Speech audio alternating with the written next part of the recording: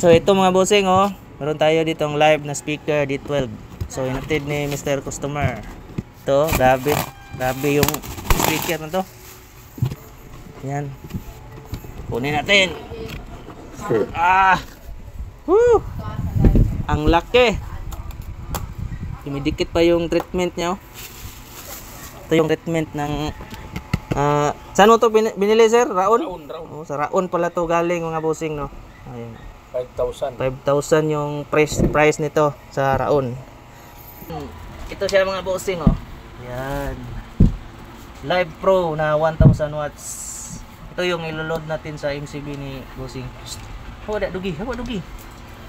Ayan. So dalawang piraso to mga bossing, nandun yung isa. Sige, dito lang. Ito tayo dito. Yan, tingnan natin magkasama dito sa ating ginawang MCB. Yan, oh. Yan, Live Pro. Ang laki pa ng allowance, oh. Ayan, oh. Sobrang tibay nito. Yan. Yung isa. Ito isa.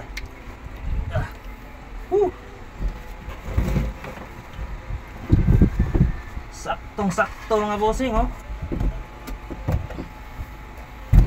Hindi tayo nagkamali sa hula natin sa butas. Yan, oh. So ito na yung laman niya mga bossing, oh. Live Pro. Yan, oh.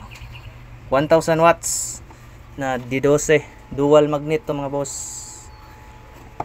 Kapit mo, gamit lang natin is integrated amp. Yan, oh. Ang laki ng ano niyo, breather sa speaker. Meron din dito sa amin mga boss, sa Indian Palace, meron silang kamats nito. Tulad nito na speaker, pero hindi live. Trackport yun na speaker mga bossing.